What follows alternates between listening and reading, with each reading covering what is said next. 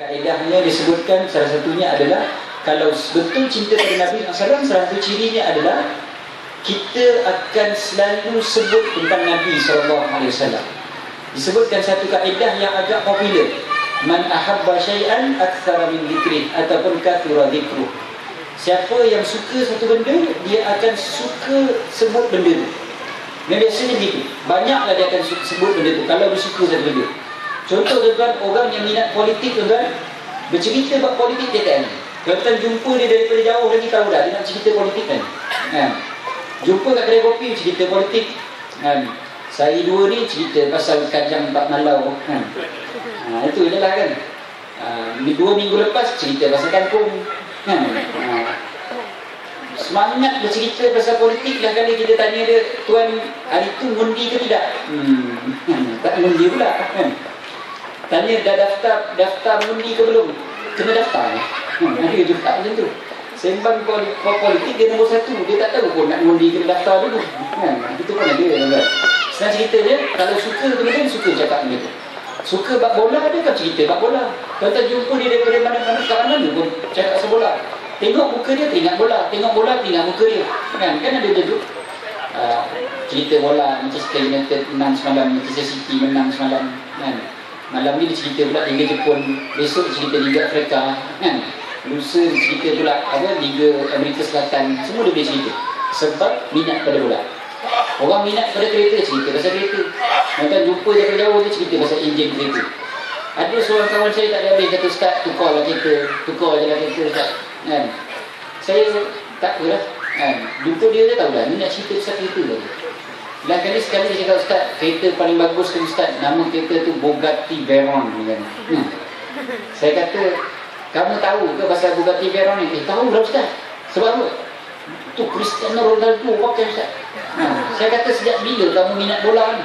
Dia kata, saya tak minat bola ni. Saya kenal Cristiano Ronaldo tu sebab Bugatti Veyron. Tuan-tuan, punyalah dia fanatik dengan kereta tuan-tuan. Sampai pemain bola pun dia kenal pasal naik kereta. Itu je. Lagi ni, saya kata, kamu pernah bawa ke? Kamu kata bagus. Dia kata, tidak ustaz, tengok pun tak pernah. Saya kata, kalau macam tu saya lagi hebat. Saya dah pegang dah kereta tu Dia kata, yo kau ustaz dah pegang kereta tu. Dia salam tangan saya, dia sapu tangan saya ni, macam ada keberkatan kereta Bugatti tu kat tangan saya. Sapu tangan saya, ustaz kan. Pernah pegang kereta je tu pasal minat sangat kereta. Perempuan minat tapoy contohnya. Contoh cerita pasal tapoy kata ni macam tu. Sekarang ni soalan ni, daripada pagi tadi sampai malam ni, ada tak topik perbincangan kita tentang Nabi SAW? Ada tak kita cerita tentang Nabi SAW? Kalau betul sayang pada Nabi SAW, confirm topik perbualan kita ada kaitan dengan Nabi SAW. Boleh kita relatekan dengan Nabi SAW. Sebab Nabi SAW dilahirkan sebagai seorang manusia. Salah satu hikmahnya adalah kita boleh tiru kan, senang nak tiru. Nabi SAW, Nabi-Nabi tidak diutuskan di kalangan malaikat sebab payah nak tiru. Dia tengok terbang sana, terbang sini macam mana. Nabi SAW sebagai manusia kita boleh tiru. Maka perbuatan kita daripada bangun tidur sampai tidur semula pada waktu malam, semuanya kita boleh kaitkan dengan Nabi SAW. Ada benda kita boleh cerita tentang Nabi SAW. Contoh tuan-tuan, apa-apalah daripada pagi tadi kita sarapan, ada tak kita sebut kaitkan sarapan kita ke apa-apalah dengan Nabi SAW? Kalau benar kita cerita pada Nabi SAW, confirm ada je lah benda kita boleh kaitkan. Tuan-tuan, 3-4 hari lepas ada seorang staff kami di UNIC. Ada seorang tu dia sambut birthday.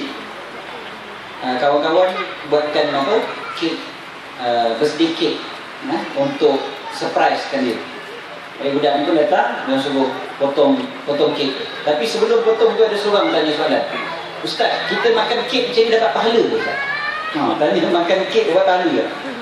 Saya pun tanda soalan tu kepada Fakrul UNIC. Sebab Fakrul ni kebetulan esokkan hari dia TV Hijrah panggil dia untuk cerita tentang diet Rasulullah SAW. Saya kata, okey, kamu nak cakap pasal diet Rasulullah, kamu boleh kaitkan tak dengan makan kek? Dia kata, okey ustaz, dalam kitab Syama'il Muhammadiyah, dia pegang kitab dulu. Dia kata ni ada hadis ni cerita Nabi SAW suka makan manisan. Dalam riwayat yang lain, Nabi SAW suka makan manisan yang sejuk. boleh tak kita kaitkan kek blueberry cheesecake ni dengan sunnah Nabi SAW? Kebetulan kek cheesecake kan sejuk, sejuk dan manis. Itu boleh. Kalau saya niatkan makan kek dengan sunnah Nabi SAW, boleh tak dapat pahala? Boleh dapat pahala sebenarnya. Tapi Nabi tak adalah makan sampai kecil manis, kan? Nabi SAW tak adalah makan tiap hari. Tapi nak ceritanya, nak makan kek pun boleh je kaitkan dengan Nabi SAW. Bulan lepas ketika saya pergi ke UK, pada zaman tak pergi ke UK pula, pergi sekejap kandas. Saya kat Scotland tu, dekat Scotland saya berjalan dekat satu highway. Seorang sahabat saya bawa kereta. Di highway dekat Scotland kita akan nampak ladang-ladang kambing biri-biri banyak. Nampak kambing banyak kat tepi jalan. Jadi dia pun tengok kambing tu, bertanya. Dia kata, Ustaz, Rasulullah SAW bagi tahu kita tentang hadis alaikum bil jamaah, kamu mestilah berjemaah. Dalam hadis tu sebut sesungguhnya serigala akan makan kambing yang seekor. Soalan saya, Ustaz, Rasulullah SAW bagi tahu tu kambing biasa ke kambing biri-biri? Itu soalan tu kan. Kambing ke nak tanya ni? Kebetulan rupanya pasal dia veterinar. Veterinar, jadi minat binatang. Dia kata kambing tu kambing biasa ke kambing biri? Itu dia nak tanya. Saya kata dalam hadis macam-macam riwayat ada, tapi kebanyakan riwayat cerita tentang kambing biri-biri. Saya kata, dia kata, okey Ustaz, kambing biri-biri begini cerita-cerita. Rasulullah SAW semua tu Ustaz, memang kena betul dengan sifat kambing biri-biri. Kalau dia duduk seorang aja, seekor je, dia makannya kurang, dia akan buat, jadi dia tak tentu Allah dan sebagainya. Tuan-tuan dan rahmatullahi Allah SWT, nak cerita ni, tengok kambing pun boleh kaitkan dengan Nabi SAW. Kalau benar cinta pada Nabi SAW, confirm kita boleh cerita banyak berkaitan dengan Nabi SAW. Tuan-tuan dan rahmatullahi Allah SWT, cuba kita tengok. Apa yang kita ceritakan kepada anak-anak kita? Contoh, Hasan al-Basri cerita, kami sebutkan pada anak-anak kami peperangan-peperangan yang berlaku pada zaman Nabi SAW. Tuan-tuan pun tahu, manusia ni, khususnya budak-budak, memang dia suka cerita gaduh-gaduh ni. Cerita ada kelahi ni dia suka, perkelahian, ada pertemuan, ada peperangan, dia cukup suka, cukup seronok. Jadi Hasan al-Basri cerita perang apa? Perang zaman Nabi SAW. Kan? Kita cerita tu, kita tak cerita, budak-budak tengok boy-boy. Tengok apa? Tak lagi saya tengok tu. Tanya dia kan tahu kan? Dia tahu lah cerita apa yang dia tengok kan? Dia suka tengok benda-benda yang itulah. Itulah hero dia. Dia tak jadikan Nabi SAW dan para sahabat sebagai hero. Kita nak cerita macam mana? Tak boleh. Pasal apa? Tak tahu. Siapa tak tahu? Siapa tak tahu perang Badar kat sini? Confirm semua tahu. Malu kalau mengaku tak tahu kan? Mesti tahu je. Tapi boleh tak cerita pada anak kita tentang perang Badar, Nabi SAW dan para sahabat? Mungkin akan sebut macam mana nak cerita? Tak cerita lah. Kita okey lah. Budak tu baring, cakap okey ni Allah nak cerita pasal perang Badar. Perang Badar ni Nabi SAW lawan dengan Nabi SAW dan para sahabat lawan dengan kafir Quraisy. Dia kira perang antara yang awal-awal lah sunat Abah. Perang menang. Anak tu tengok teriak apa lagi? Dah habis.